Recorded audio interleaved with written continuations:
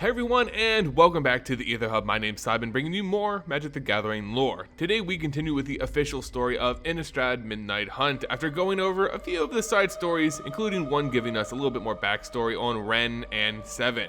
Be sure to get caught up with all of those by clicking the annotations on your screen right now, or by checking out the playlist linked in the description below. In the last chapter of the official story, we discovered that Arlinn Kord, the planeswalking werewolf, along with a coven of witches, are working to stop the never-ending night from overtaking Innistrad. Arlinn now faces a figure from her past, Tovolar, who controls his own massive pack and is hell-bent on terrorizing this world. In order to face this threat, she's gathered planeswalking allies such as Chandra Nalaar, Teferi, and Kaya. Together, this group searches for an artifact, the Moonsilver Key, which can hopefully stop the upcoming Duskfall. Will this ritual be enough though? And can our heroes wrestle the key from its current brooding owner? Yes, the Lord of Innistrad, Sorin Markov, again stirs in his twisted manner. This is Chapter 3, The Fall of House BETZOLD, written by Arsenault, Rivera. So, when you guys said if the key was in Thraben, it'd be safe, the groans of the unhallowed dead answer Chandra before any of the others can. Kaya pinches her nose. Teferi's already stopped up his. He breathes through his mouth, and it's still bad. Despite the midday sun, the clouds come together to cast their shade upon the remains of the cathedral. Even the sky's ashamed of the sight. Seeing it sets Arlinn's stomach in knots. There, the spire where she spent sunny hours reading, now rubble scattered against the earth. Here, the stained glass she so treasured, shattered. To look upon the teeming mass of undead feels like a further betrayal. She doesn't want to think about the odds that she may see someone that she used to know. She swallows. As ants around their hill, the zombies around the cathedral. Getting past them will not be an easy feat. It may well be, Adeline says, but we won't know until we finish our investigation. And they had done some investigating, or rather, Kaya had. It took them the better part of a week to get to Thraben. Plenty of time to look into things. A hunch wasn't enough for her to go on. The second they'd arrived in Thraben, she'd split off from the group to go do some reconnaissance of her own. Wherever she went, she returned not long after with a dusty tome in hand. Page 77, she announced. Turning to that page showed an illumination and a woodcut rendered in great detail. A family being handed a box by a witch who resembled Catilda. The caption labeled them the BETZOLDs from Gavany. Arlinn knew a Warren BETZOLD from her time at the cathedral, an older bishop, strict as could be. Her knuckles hurt thinking of him, but her heart did too, for she knew that if he was anywhere, well, he'd be in there, with the masses. Along with how many of her old friends. I think I see him. Adeline's voice cuts through Arlinn's thought. The Cathar points with her sheathed sword to the ruined nave of the cathedral. A figure in holy vestments stands before the pulpit. To Arlinn's horror, he seems to be preaching to a gathered crowd. The pews are full of zombies, sitting and clapping and bowing and praying. What the Travails did to this place is really, truly unholy.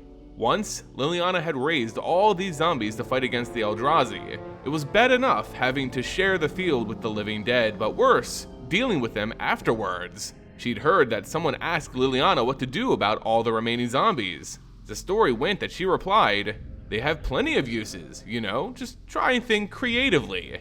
Thinking of it weighs her down. This place is an affront to everything she loves. She knows what it once was, and she knows the vestments the man wears. Wearily, she nods. That's him. Nothing for it then, says Kaya. Someone's going to have to make a way through. Adeline pulls herself up onto her horse, a white stallion. She's probably named Thunderbolt or Lion Shield or something equally heroic. Looking at her astride it, it's hard not to feel some hope. "You can leave that to me," she says. "My Cathars and I have been fighting the undead for years. You four focus on getting to Warren." Chandra looks over at the horde and then back to Adeline. "What? And let you do all the fighting? I don't think so," she says. "I've got your back. You three make for Warren." The air's gone hazy around her, heating up in reflection of her grinning enthusiasm. There are no two ways about it. Chandra's going to let loose. Adeline's smirk returns. Alright, I'll be the vanguard, and you take the rear, Chandra Nalaar, she says. A mock salute is the answer. If the situation weren't so dire, it might even bring a smile to Arlinn's face. As it stands, she can feel a distant happiness that they're getting along well, which falls away the moment she eyes the ruined knave. There's no time to waste. Adeline and the Cathars lead the charge, falling like a holy hammer upon the anvil of the undead. Adeline's commands come swift and certain, as does the cut of her blade. Heads fall from bodies like fruit from trees. One leaps upon her only to slow mid-jump. Blue streaks fly from Teferi's staff as he slows the undead's advance down the central column. It isn't much, only the slightest delay, but it's enough for Adeline to bash the zombie back with her shield and plunge her sword into its throat. The way won't stay open for long. Into the hard-won furrow of safety they go, Kaya flickering in and out of existence, Arlinn shifting halfway through. The encroaching arms of the dead taste foul in her mouth. She avoids them whenever possible, slashing at faces, teeth, and feet with the claws that nature's given her. Still, spittle falls on her fur. Still, the snarls slither into her ears. Still, their stench stops her throat. But it isn't until Chandra Nalaar takes up the rear that Arlinn feels any kind of real safety. Two great sheets of flame fly from her hands, replacing the now fading walls of Teferi's magic with something far more solid. Even the dead fear fire, as Thalia had shown them all. They scream as one, retreating from the searing heat, widening the gap between the heroes and the undead. Yet, she isn't done there. As the others press on, Chandra turns to face the masses. The fire she conjures like the breath of life itself. There were zombies there, once, and now they are ash upon the wind. Adeline chances a look over her shoulder as Chandra breathes them an orange light. At the pyromancer, in the very heart of her element, surrounded by life-saving destruction. Arlinn doesn't know what Adeline's thinking, but she does know her own thoughts. She should never, under any circumstance, upset Chandra Nalaar. It isn't easy going into the church, but it's easier between fire and sword. The walls rise around them and then fall away, broken by the travails and twisted into something new. Warren's wordless groanings grow closer and closer. Flames lick the once holy walls, and though it hurts, Arlinn hopes it's a sort of cleansing. Got him yet? Chandra shouts. It's hard to hear her over the roar of flame, but Arlinn does. She bolts ahead. Arlinn's got him up against the wall, idly mouthing prayers he once taught Arlinn. As she shifts back to her human form, his roomy, undead eyes focus once more. When his mouth moves, it is to shape her name. He points to her, or perhaps to her succulent flesh. Arlinn wants to believe it's the former. Warren, it's me, Arlinn says. You recognize me, right? Dennick, is the answer. She glances over her shoulder. Chandra's closed in with the rest of them. Adeline and the Cathars spread in a circle around Arlinn and Warren. Warren, Arlinn says, forcing herself to sound calm in the face of this aberration she once knew. We're looking for the Moonsilver Key. Do you know where it is? His eyes blink, one after the other, his toothless jaws smack together. Silence. The clatter of Adeline's sword against the dead, the rush of the fire, Kaya and Teferi's eyes on her. The key, Warren, Arlinn says. Angel save her. She sets her hands on his shoulders. He can't look away from her now. Dennick, his answer. Arlinn, we don't have very long, Adeline shouts. The key, Arlinn repeats. Dennick. Arlinn curses under her breath. I think we've gotten all we can from him. Great, says Chandra. This time, Addie, you watch my back. And as the fire takes the cathedral again, Arlinn gives Warren the only rest she can. A crack, a prayer, a hope for the better. You think you know a person, but often you only know one part of them. Warren, in life, was as strict an instructor as they come. Arlinn couldn't remember talking to him about anything other than theology, and though his answers were always well thought out, she always imagined him as the sort of man who had given up his life to the church. On occasion, he'd bring up his youth in Gavany, but that was as far as it ever got. But people are rarely so simple. As they arrive in the quiet Gavany township that the BETZOLDs called home, they start asking questions. Warren and Dennick? says one woman, brushing the frost off the pumpkin she spent all season growing. Old age has not kept her from tending crops, and her hands move with practiced precision. Pah, I guess it was about time someone came calling. Arlinn kneels next to her. That's so? Well, sorry we took so long. Snow slowed us down. Ain't enough snow for that, the woman answers. It's only frost. You're old enough to know better than to use that as an excuse. Arlinn allows herself a small smirk. No matter how many worlds she went to, she's never any place quite like home. You're right, she answers. The snow is light. Her touch is enough to melt it. But maybe you can fill me in anyway. The old woman fixes Arlinn with a look. You're too late. Too late? Arlinn repeats, frowning. If he wasn't dead before the travails, he is now, she says. He holed up in his old family mansion. For safety's sake, he said. Haven't seen him since. Place is awfully haunted.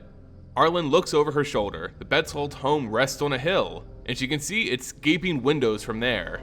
But why go there if it's so haunted? The old woman pats her hands clean. Because Dennick is Warren's boy. The travails broke everything in Innistrad, but some things were remade. Steady, desperate hands reworked the warped Abyssinian symbols on the road back to their old forms, breaking off the stone in favor of wood and rough-hewn iron. They pass houses torn asunder and constructed from neighboring pieces, much like a stitcher got to them. The people are the same, some bearing their scars on the inside, some simply keeping a closer eye on their children, some clutching prosthetic limbs close as they watch the newcomers roll through town. Innistrad breaks, Innistrad builds, Innistrad survives. It's a good thought, but the mansion gives lie to it. The BETZOLD home is as dilapidated as they come, and evil to boot. Evil's the word for it, Arlinn's sure. For the way the windows look down on them, the way the vines rake at its stony face and the mouth of its door hangs open. Arlinn doesn't like looking at it, but she will. Of the five of them, it's Kaya who seems the least troubled. As they approach the home, she shows no sign of fear at all. The yawning door of the mansion doesn't faze her. She looks it up and down, her brows narrowing, and then flicks her nose with her thumb. So, he's in there? Arlinn nods. With a bunch of malevolent spirits, right? Sure looks like the place for it, says Chandra. I've some holy symbols. Adeline starts, but Kaya waves her off. Don't bother, she says. Just give me 5 minutes before you follow. And, true to form, Kaya doesn't bother waiting around for permission. Into the maw of it she goes. Arlinn's nose tingles as the sharp scent of Kaya's magic fills the air, followed by the low hum she's come to associate with it. Adeline heads to one of the broken windows to peer in. Chandra follows, taking up the same window. From their reaction, there's quite a lot to see. It's hard to resist temptation sometimes. Bitterly, she thinks to herself that Tovolar would say the same. Restraint is a human thing and not a wild one. Give in to your passions and your instincts, they always know best. That's what he taught her. The church, however, taught her otherwise. She presses her face to the window. Inside, a streak of grayish-white gives rise to Kaya's ghostly form. But it isn't the only ghost present. The old woman was right, the place is awfully haunted, but it won't be for long. Kaya's putting them down at an incredible rate. It's hard to follow her form as she jumps from one of the ghosts to the next. Here, plunging a knife into a back, and there, slashing at ghostly throats. Arlinn can't help but wonder where the spirits are going afterwards. If this is the blessed sleep coming to take them, or something else. Maybe she'll ask later. For now, the room's clear of supernatural threats. Chandra's the first one pushing in. Then Adeline right after, and Arlinn next. Teferi takes up the rear this time. The ghosts don't seem to bother him much, as he moves with the same warm ease as ever. But there's another floor. Up they go, step by creaking step, breath bated, the hum growing only louder behind the decrepit door. Chandra moves to open the door, but Adeline stops her with a hand on her shoulder. Let me, she says. You're safer behind me. Had Adeline walked out of a story somewhere? There's the gallantry, yes, but also the way she splinters the door when she throws all her weight against it. Inside, Kaya's leaning casually near one of the ghosts. She greets the others with a sarcastic bow as they charge in. "Here's your man," she says. "Nice and easy." Teferi's hum is one of amusement. "That was less than 5 minutes. Rich, coming from you," Kaya answers. "Don't you just make the time up as you go?" "If only it were that easy," he says. Teferi looks over his shoulder, his smile softening with sympathy. He gestures to the floating ghost, a man no older than 30, the skeleton pinned beneath a piece of rubble, presumably his. They're wearing the same rough-hewn clothes. "After you." Arlinn doesn't wait. She comes up to him, resisting the urge to shake his hand. "Dennick? My name is Arlinn Kord. I was a friend of your father's." How strange to see a ghost's eyes go wide. "My father? Has he sent for me?" Always better to give the truth where you can, no matter how ugly. "I can't say he did. Your father's dead. I put him to rest myself. But you should know he was calling out for you to the end." "Put him to rest?" The ghost twiddles worried fingers. "Does that mean he's undead?" "He was," she answers. "It's best not to dwell, but I came to ask after something very important, something your family guards." "Oh, this isn't a social call?" "No, it isn't," Arlinn says. "Please, if you know anything about the Moonsilver Key, Innistrad has need of it. The nights are growing longer. We need it for a ritual to set things right."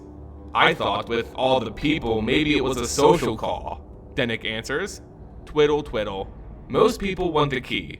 I never saw it. I wasn't a real BETZOLD, my father said." "Then he was being a fool about it," Arlinn says. "Here you are, at the mansion, the same as any BETZOLD. And if you could tell us where the key is, well, you'd be doing your family's duty better than any of the others have." Somehow, the ghost sighs. "I guess I am," he answers.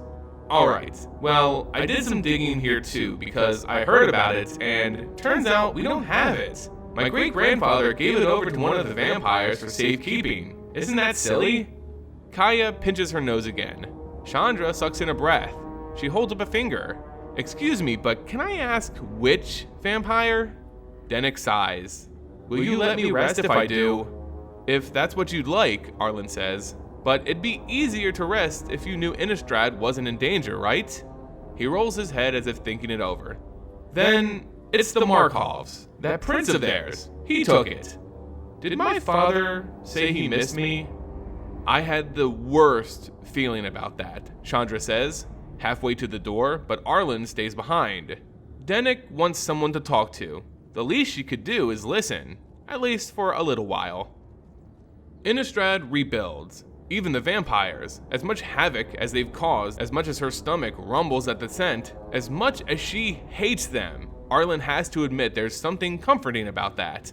The travails spared no one. Try as the denizens of the dark might to wipe out humanity not long ago, they all fought on the same side. Arlinn hopes they can again. The others march on ahead. Chandra's listless. She doesn't like the idea of walking into the serpent's den. Kaya doesn't either. But Arlinn understands something they don't. This was once a place people found hope. To have such a hunger in your belly and yet act against those bestial instincts for the greater good, well, she doesn't like Sorin Markov, but she can respect him. And she can respect the memory of the angel who gave her hope when hope was as elusive as that white stag. So, as the others march on, Arlinn pauses just outside the gates. Vines have claimed the broken halves of the Abyssinian symbol. Cutting them apart with her sharp nails, she writes the symbol and starts a prayer. "Guard us through the night, O angel."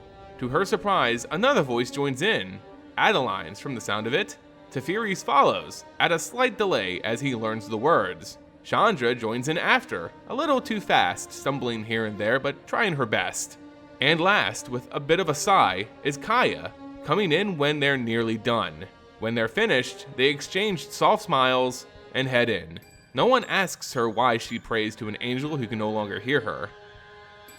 People who say they'll cross bridges when they get to them haven't been to Markov Manor. The thin strip of rock leading into the place would be intimidating enough in normal times, standing as it does above the yawning mouth of a chasm, but the travails have come here too. The bridge floats in pieces. Hopping from piece to piece is the only way to approach the crumbling castle. The broken visages of the elder Markovs make terrible stepping stones. Inside, it isn't much better. Chalices lay under a coat of dust. Pauldrons to beggar a village are only rocks to stumble upon. What portraits are not torn asunder have faded to black. Worse, it doesn't smell of death here, nor of rot, nor of even blood. It smells of nothing. What are the odds no one's home? Chandra asks. Slim to none, says Kaya. The place is bad, but it's not abandoned bad. She points up at a chandelier over their heads. Someone's changed the candles. Likely a thrall, says Adeline. But Kaya's right. We have to keep our guard up. But what if he's not here? Then we can just steal the key without having to talk to him. Let's hope he isn't, says Arlinn. But it's best to assume he is. Besides, I'm sure he can be reasoned with. But as she says that, they pass a particular outcropping of rock, one not quite like its neighbors, where the others are sharp, twisted things, daggers aimed at unseen foes. This one is an open wound upon the face of Markov Manor. Here, the gouges are worse than anywhere else, concentrated in 2 long furrows on either side. The rim of it is likewise rough, the edges looking uncomfortably like they've been chewed away. Splotches of dried blood only make the sight more gruesome. Don't like the look of that, Adeline says. Can't say I do either, says Teferi. Kaya makes a small sound, her eyes narrow. Can't have teeth anymore, whatever it was. Sorin will know what happened. Maybe we aren't the only ones after the key, says Arlinn. If he's even here, Chandra says. But he is. He has to be. After all this, to have him elude them. Arlinn grits her teeth. She's going to find that key one way or another. Tovolar wants to tear Innistrad's heart from its chest. She can't let that happen. If he's anywhere, it's the throne room, Arlinn says. Should be up ahead, says Kaya. All the portraits down this hall can't lead anywhere but a throne room. She has a point. There aren't many images left, but there are enough. To say nothing of the gate up ahead of them, a large, looming thing carved with the snarling faces of bats, now thrown partially off its hinges. When they get to it, it takes Arlinn shifting to her wolf form to throw the doors open. Adeline eyes her as she shifts back. Arlinn offers her a friendly smile. Don't worry, I'm housebroken, she says. Joking about it sometimes sets people at ease, even if these days she's not sure how accurate it is to say. Back in the woods, she'd come so close to running off. But she's Arlinn today, and she plans to stay that way, even when in the dusty throne room, they find the prince waiting for them. Sorin Markov sits with one leg slung over the broken throne of his house. He's reading an old, unmarked book, something like a journal. A hole in the ceiling casts a single ray of moonlight upon his gray skin. Surrounded by the empty splendor of the abandoned manor, he makes for a rather strange sight. Though he doesn't look up at them as they enter, Arlinn can smell the resentment coming off of him. His voice is forceful and arrogant. State your purpose for disturbing me now, or I shall see all of you out. Sorin, says Teferi. Of course it's him stepping forth. Of course he shows no signs of intimidation. The court bow he manages would put any aristocrat to shame. A pleasure to see you again. We just have a small business matter to attend to. We'll keep it brief. The vampire glances up over the edge of his book. I know better than to put any faith in your definition of brief. The reason, now. Teferi's shoulders rise in a shrug, as if to say he tried. We're looking for the Moonsilver Key. The nights are growing. Sorin snaps the book shut. No. What do you mean, no? Says Chandra. We've spent forever looking for it. At least you could do is hear us out. His eyes fix on hers. Chandra stops talking. There's something predatory about the man, and yet something enchanting too. Arlinn's met plenty of bloodsuckers in her time, but none quite like him. It was like the difference between dogs and wolves. And yes, there's something carnivorous to the way he stands, the way he casts the book aside, the steps he takes, and the posture he assumes, his hand resting just on the pommel of his sword. I cannot expect someone so impetuous to understand how much I've sacrificed for this plane already. If my family, he practically snarls the word, so wishes to descend into this worthless hedonism of eternal night, then I have done enough to stop them. Let them feast. Teferi holds up his hands, standing just in front of Chandra. If you won't listen to her, listen to me. This plane's your family, Sorin. We all know that. You've done more than enough. We're asking for the key so we can do our part. Arlinn here doesn't want to see eternal night any more than you do. Is that so? He answers. Pray, tell me what you've done for the plane. Go on, I'm listening. Now he's advancing. Now the sword slips from its sheath. Now the beast in Arlinn's blood calls for her to change. But she doesn't, not yet. She plants her heels onto the stony ground. Maybe I don't have your history, but the past few years, I've been traveling the place listening to people. I thought you'd understand better than anyone why humans need to live. You made Ava. She's not through the name before the sword swinging through the air. It's only her own preternatural reflexes that keep her from harm. She raises an arm to parry the flat of the blade. Still, steel bites into flesh. A streak of red paints the floor. Black vapor stings her eyes. Teeth grow longer in her mouth. Those golden eyes are burning in the dark. You, he rumbles, aren't permitted to speak her name. Have you already forgotten why you made her? She says. Chandra's already got fire burning. She signals Arlinn over his shoulder. All it would take is a single word for the other four to descend on him. But she doesn't want that. Not yet. We need angels. We need hope. We need faith. We need the day, and we need that key. Get out, he shouts. The empty walls turn into a vicious echo. Now. Not without the key, Arlinn answers, just as firm. Maybe you've forgotten, but I haven't. Up the sword, another strike coming as his anger gets the better of him. Arlinn raises her arm again, but there's no need to. A feather falls between them, gold and glowing, followed an instant later by a heron-headed scythe. Sorin's sword clatters against the angelic weapon. He draws back in naked fury to behold the interloper. And it may be the middle of the night, it may be a cold, dark time, it may be the beginning of the end of Innistrad, but the golden light that floods into the throne room brings with it a swell of hope to Arlinn's breath. So too does the holy fervor of the angel before her. Avacyn may no longer hear prayers, but Sigarda does.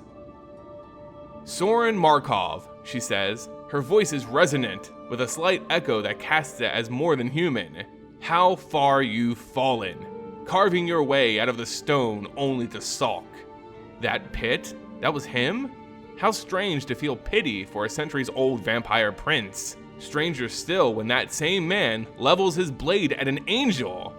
What would you have me do? Since you clearly have all the answers, go on, explain. Either that, or throw your lot in with them and get out of here. Sigarda's golden eyes narrow. She doesn't avert them from Sorin, yet when she speaks, it feels as if she's at Arlinn's side. Arlinn Kord, it is your faith that summoned me here. The cause in your heart is just. You will find the Moonsilver Key in Sorin's personal chambers on the 3rd floor. Go. I mean to speak to him about his old creation. Chandra and Kaya don't need to be told twice. They bolt off for the staircase. Thanks, Sigarda, shouts Chandra. Teferi is soon after, stopping only long enough to offer a respectful bow. But Arlinn and Adeline remain, even as Sigarda brings the scythe down upon him, even as his features become more bestial in the face of danger. A certain holy dread has pinned them to that spot. Is it not the place of the faithful to aid their idols? The two exchange a look. Adeline raises her shield. Go, cries the angel, Sorin's sword slicing at her armor. If you ever had any faith in me, you will go. Arlinn swallows. She wants to help. Adeline squeezes her arm. We'd only get in the way, she mumbles, as dejected as Arlinn feels. And maybe she's right, but it doesn't make it feel any better. Up the stairs Arlinn goes, following in Adeline's footsteps, trying not to pay attention to the howls of pain that follow, trying not to count how many belong to the angel and how many belong to the vampire. That is, in and of itself, faith. It is Chandra who finds the room, festooned with bookshelves and antique weapons, and Teferi who finds the Moonsilver Key. It sits in the offering hands of a statue. Sorin must have lopped its head off. But the armor and wings leave little doubt on who it used to be. The headless Avacyn sits beneath the portrait of a young Sorin and his grandfather dressed in their finest. Arlinn takes the key. For the second time that day, she mutters a prayer. This time, she prays that Sigarda will be safe, and that they will make it back in time for the Harvesttide. But it's a strange thing to pray to an angel for their own safety, and stranger still to ask them to warp time. Nothing is guaranteed in Innistrad, but they will try to survive, try to endure, and look once more to the holy light of day. And there you guys go, Chapter 3 of Innistrad Midnight Hunt. We get a good glimpse of Innistrad after the fall of Thraben, what the world has been like after the years of the Eldrazi attack. The faithful still keep faith in the few angels who remain, but there's no doubt that once great institutions are far from recovering. Thraben, being a dead city overrun with the undead, is a great symbol of that. Now we do see Sorin Markov finally stir in this story. We knew he would show up even before Crimson Vow because this is going to be a 2-set story arc, but with all of his experiences, well, they seem to have really soured this Vampire Planeswalker. It seems everyone in the multiverse, or at least of the Gatewatch, understand how much Sorin has gone through and what he's sacrificed. But still, Sorin's as brooding as ever, and he seems to be beefing with one of the few remaining angels of this world, Sigarda. I don't know what's happening with Sorin, what's causing this aggressive response, and maybe he's just done with the whole world protecting thing. Either way, as he picks fights with angels, even after creating one, Sorin is in the rearview mirror for our heroes, who now have the key required to bring Innistrad back to harmony. Will they survive the return journey home though? That's the question. Anyway guys, that was Chapter 3 of Innistrad Midnight Hunt. If you enjoyed this video and want to see more, show your support for the content by leaving it a like, subscribing, and sharing it with your friends. It all goes a long way in helping out the channel. As always, thank you all so much for watching, and until next time, see ya!